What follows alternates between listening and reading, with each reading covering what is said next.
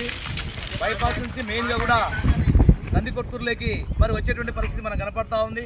ఈ రహదారి మరి నాగలోటి ప్రధానటువంటి ఈ రహదారి ద్వారా ఇక్కడ ఏదైతే బైపాస్ సంబంధించినటువంటి కంపెనీ నాగలోటి గ్రామం దగ్గర మరి అక్కడ నిర్మించారు.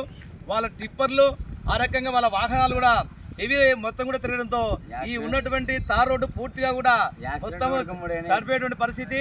ఈ రోడ్డు సరిగా లేకపోవడం వల్ల కూడా ప్రమాదాలు జరిగి ఇప్పటికీ యాక్సిడెంట్ల ద్వారా 3 చనిపోయారు.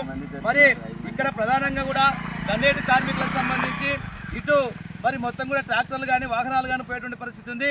దీని ద్వారా 2 వీలర్స్ పోవడంలో కూడా సరైనటువంటి మార్గం లేక ఇక్కడ నుంచి నాగలూరు నుంచి కూడా దాదాపు పైపాలెం, కడుమూరు, మాసిపేట ఈ రూటు కర్నూలు కూడా పోతా ఉంది.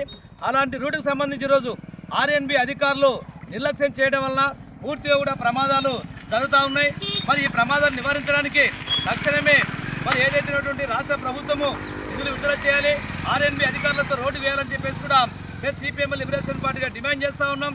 మరి ఈరోజు నేషనల్ హైవే అధికారుల రోడ్ ఏమో మరి హైవే ఎక్కడ కూడా గుంతలు లేకుండా పోయేటువంటి పరిస్థితి కనపడతా ఉంది. మరి వాళ్లకు ఈ రోడ్డును ఉపయోగించుకొని నేషనల్ హైవే కాంట్రాక్టర్లు ఈ రోడ్డును నిర్లక్ష్యం చేసి పూర్తిగా కూడా బస్సు పట్టించాడు.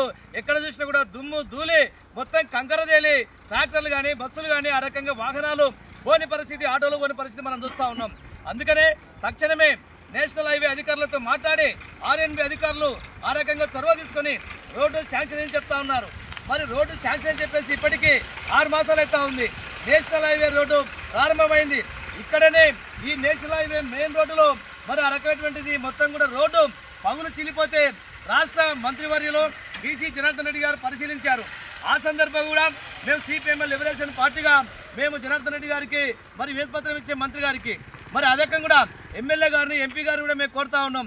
ప్రధానమైనటువంటి ఈ నాగలూటి రహదారిని తక్షణమే సిమెంట్ రోడ్డు మా రకంగా వేసి తార్ రోడ్డు కూడా పూర్తిగా నిర్మించాలని చెప్పేసి డిమాండ్ చేస్తూ, నా పేరు Pikkili Venkateswarlu, CPM liberation party జిల్లా కార్యదర్శి. నాతో పాటు ఈ కార్యక్రమంలో సిపిఎం లిబరేషన్ పార్టీ నందికొట్కూరు మండల కార్యదర్శి కాటపోగు స్వామన్న మరియు మహిళా నాయకురాలు నవేసాని, నూర్జహాన్, శరీసా తదితరులు గ్రామస్తులు ఈ కార్యక్రమంలో పాల్గొన్నారు.